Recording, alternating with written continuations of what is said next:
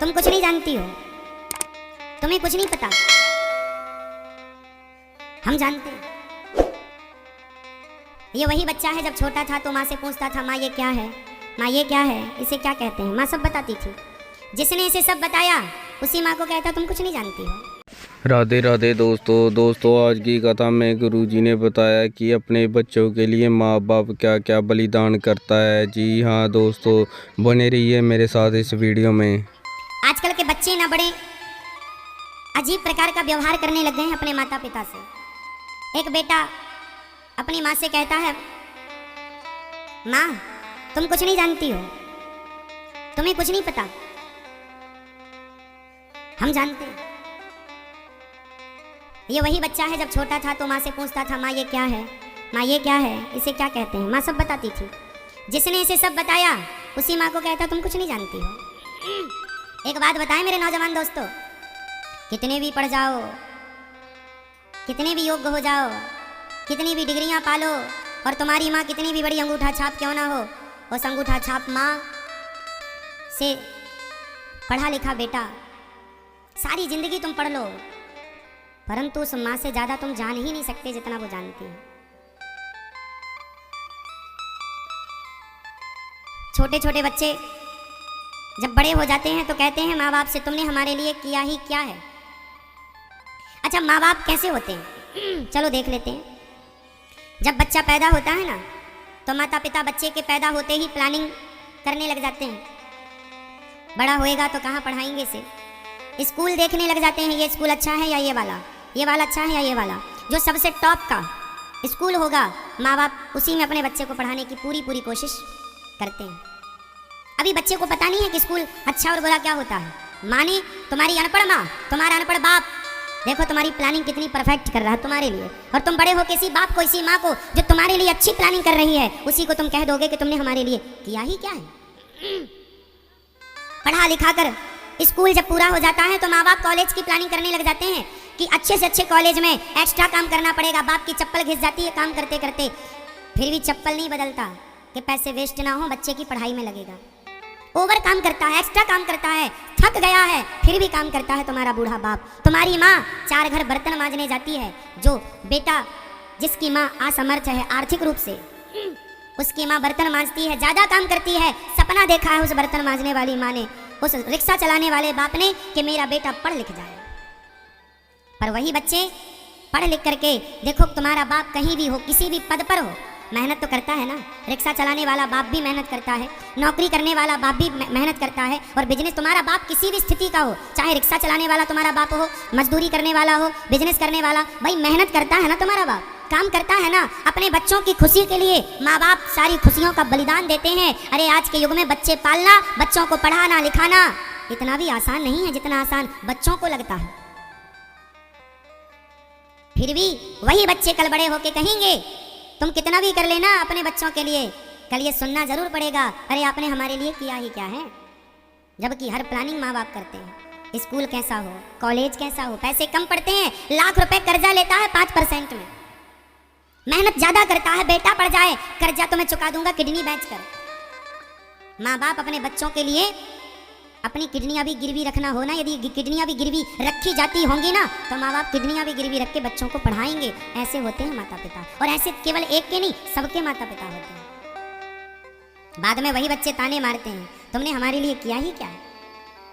जब माँ बाप देखते हैं बच्चा बड़ा हो गया है बेटा, तो माँ बाप प्लानिंग करने लगते हैं, इसकी शादी करनी चाहिए तो बड़ा घर बनाने लगते हैं। अपने घर के ऊपर 1-2 कमरा बना देते हैं कि बहू यहाँ आकर रहेगी, बहू को कोई दिक्कत नहीं होनी चाहिए। हाँ, पूरी अटैच व्यवस्था कराते हैं सब प्रकार की।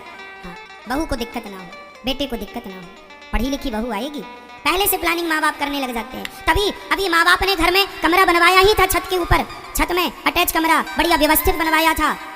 तभी बेटे ने, पता चला कि बेटा किसी लड़की के साथ भाग गया, और बाद में माँ बाप ने कहा बेटा तुम कहाँ हो, आए नहीं।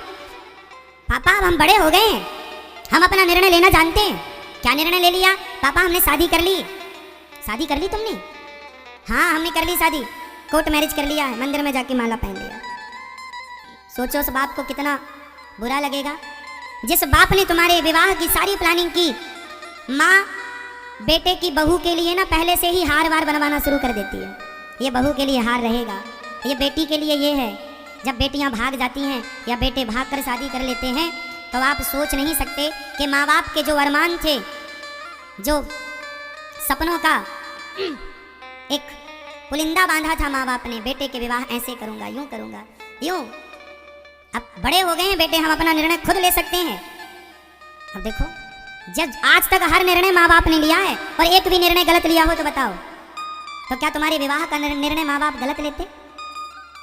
ऐसा कैसा विवाह कर लिया कि अपने विवाह में अपने बाप को तुमने नहीं बुलाया, अपनी माँ को नहीं बुलाया? इतने भी पढ़ लिख ना जाओ मेरे दोस्तों कि अपने विवाह में, अपनी शादियों में अपने माँ बाप को ही बुलाना भूल जाओ, अपने ही विवाह में अपने माँ बाप का आशीर्वाद लेना ही भूल जाओ। ऐसी पढ़ाई यदि आप पढ़ रहे हैं कि उस पढ़ाई से अपने माँ बाप को भूल जाओ, तो ऐसी पढ़ाई से अच्छा वो अनपढ़ बेटा है जो अपने माँ बाप का आशीर्वाद लेता है। पढ़ा लिखा किसे कहते हैं? पढ़ाई लिखाई का मतलब क्या है? पूछो अपने पढ़े लिखे बच्चों से। हम तो नहीं पढ़े, ज्यादा पढ़े लिखे ही बताएंगे। पढ़ाई लिखाई का मतलब क्या होता है? विद्या क्या देती है? क्या विद्या हमें अपने माता पिता से दूर करती है? यदि माँ बाप से दूर करने वाली विद्या पढ़ रहे हो, यदि आपकी ये विद्या है तो धिक्कार है ऐसी शिक्षा को जो आपकी शिक्षा आपके माता पिता से आपको दूर कर दे। अरे हमें ऐसे बेटे चाहिए, ऐसी शिक्षा चाहिए जिस शिक्षा से श्रवण जैसे बेटे तैयार होते हो। हमें ऐसी शिक्षा चाहिए जिस शिक्षा से राम जैसे बेटे तैयार होते हो। ऐसी शिक्षा चाहिए जिस शिक्षा से महाराणा प्रताप जैसे और झांसी की रानी जैसी बेटियां तैयार होती हैं। हमें ऐसी शिक्षा नहीं चाहिए जिस शिक्षा से हमारा बेटा अपने माँ बाप को ही छोड़ के भाग जाए, बेटी अपने माँ बाप को छोड़ के भाग जाती है, किसी लड़के से प्यार के चक्कर में भाग गई। लड़के से प्यार किया तुमने, तुम्हारे को लड़के का प्यार दिख रहा है कि लड़का मुझसे बहुत प्यार करता है, तुम्हारी माँ का प्यार तुम्हें कभी नजर ना आया?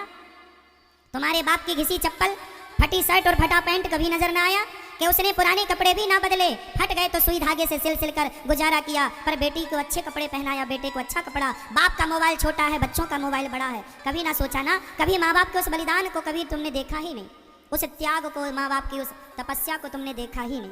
कैसी संतान हो तुम? और कहते हो हम पढ़े लिखे हैं। यदि इसका नाम पढ़ा लिखा है तो हे भगवान ऐसी शिक्षा मुझे ना देना, ऐसी शिक्षा से मुझे बचाना जो मुझे मेरे संस्कारों से दूर कर दे। मेरे संस्कार क्या है? प्रातः काल उठ के रघुनाथा, माता पिता गुरु ना वही माथा। माँ बाप का आशीर्वाद सदा मुझे मिलता रहे, ऐसी शिक्षा देना है भगवान मुझे, जिस शिक्षा में, जिस ऐसी पढ़ाई पढ़ूं मैं, जिस पढ़ाई को पढ़कर मरते दम तक मैं माँ बाप का आशीर्वाद लेता रहूं और अपने आप को माँ बाप का ऋणी मानूं सारी जिंदगी कि मैं माँ बाप का ऋणी हूँ। मेरे मुंह से ये लफ्ज ना निकले कि मैं माँ बाप से कहने लग जाऊं तुमने मेरे लिए किया ही क्या है। ऐसा बेटा मुझे ना बनाना हे विधाता कि मैं मुंह से ये निकालूं कि तुमने मेरे लिए किया ही क्या है। मैं माँ बाप से कोई सवाल करने लायक नहीं हूं। माँ भगवान है, पिता भगवान है, इसलिए उन्हें भगवान की तरह आदर दो, भगवान की तरह पूजो, है ना? दो कौड़ी की लड़की और दो कौड़ी के लड़के के लिए अपने माँ बाप नहीं छोड़े जाते। बहुत लड़के लड़की मिल जाएंगे, याद रखना। शादी तो पसंद से, आप 10 लड़के होते हैं सामने, उन 10 में एक को चुनना पड़ता है। लड़का और लड़की तो पसंद से मिलते हैं साहब, पर माँ बाप पसंद से नहीं, माँ बाप भगवान की कृपा से मिलते हैं। लड़का लड़की की तो फोटो हमने सेलेक्ट की ना कि ये नहीं ये नहीं ये नहीं ये, पर माँ बाप की फोटो तो सेलेक्ट नहीं की थी ना कि ये माँ बाप नहीं, ये वाले चाहिए, ये वाले नहीं, ये वाले चाहिए। माँ बाप सेलेक्ट नहीं किए हमने लड़कियां सेलेक्ट की हैं, लड़के सेलेक्ट किए हैं विवाह के लिए। हाँ या ना? इसलिए लड़की और लड़का पसंद से मिलता है साहब, पर माता पिता तो भगवान की कृपा से, भाग्य से मिलता है। इसलिए भाग्य में मिले माँ बाप को पसंद की चीज के लिए छोड़ा नहीं जाता। इसलिए माँ बाप, लड़की लड़का, तुम विवाह कर लो, शादी विवाह कर लो, प्रेम से रहो, पर माँ बाप के चरणों में रहो। माँ बाप की खुशी में अपनी खुशी मान लो। इसलिए जब तक माँ बाप होते हैं ना, बच्चों को वैल्यू नहीं होती माँ बाप की। मर जाएंगे माता पिता तो रोगे।